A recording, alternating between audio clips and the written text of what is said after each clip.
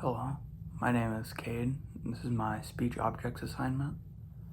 My first object is an audiogram. I got this from the nurse at my school, and it was pretty easy to get because they keep all my health information on file, and it's very important to me because it shows how my hearing is. The first reason it represents one of the many tests I had to take to figure out why I couldn't hear very well. And it also shows how my hearing condition and my life are now stable.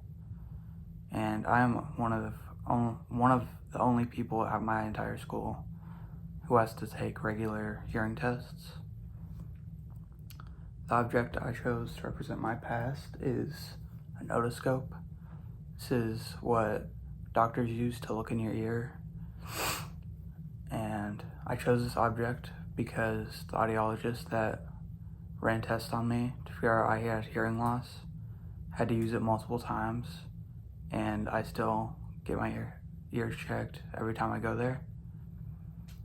And it represents the early part of my life where I was just finding out I had hearing loss, and it also shows the struggles I had when I was figuring out I had hearing loss. The item I chose to represent my present is my hearing aid. It just goes in my ear. And I chose this object because it is something that I use every day, and it is very important to me because it helps me hear people every day. It also has Bluetooth, so I can listen to music or watch videos without interrupting anybody, which is very useful during class. And it represents my struggle to talk to people and also understand them every day. And I'm one of the only people in my family who has hearing problems that aren't just caused by age or something like that.